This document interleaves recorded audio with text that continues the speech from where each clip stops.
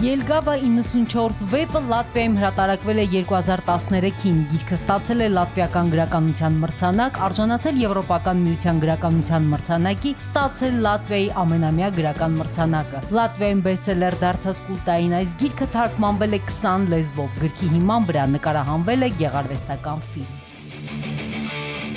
Գիրքը ռոքի ու ծանր մետալի ֆոնին իրենց եսը ձևավորող 90-ականների երիտասարդության մասին է, նրանք ըմբոստանում են ու ընդդիմանում կարգու կանոնին, ուզում են տարբերվել ու գտնել իրենց տեղն այս աշխարհում։ Գլխավոր հերոսը Յանիսը 14-ամյա դեռահաս է, նա լավ է սովորում, ոչ մի բանով աչքի չի ընկնում, բայց լեգենդար Նիրվանա ռոք խմբի վոկալիստ Կուրտ Քոբեյնի մահն ամեն ինչ փոխում է, ոչ միայն գլխավոր հերոսի, այլև Ելգավայում ապրող երիտասարդների կյանքում։